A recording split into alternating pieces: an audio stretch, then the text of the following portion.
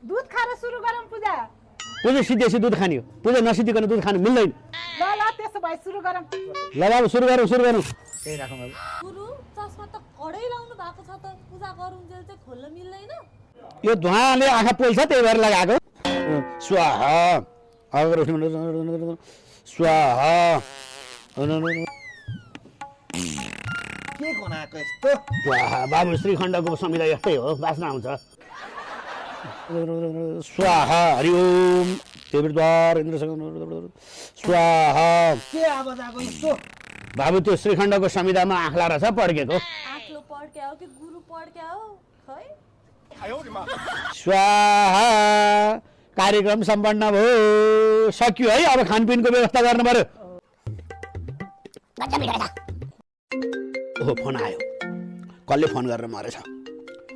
हजुर गुरु कतिखेर आउने हो? ए म आइहालेँ है, आइहालेँ।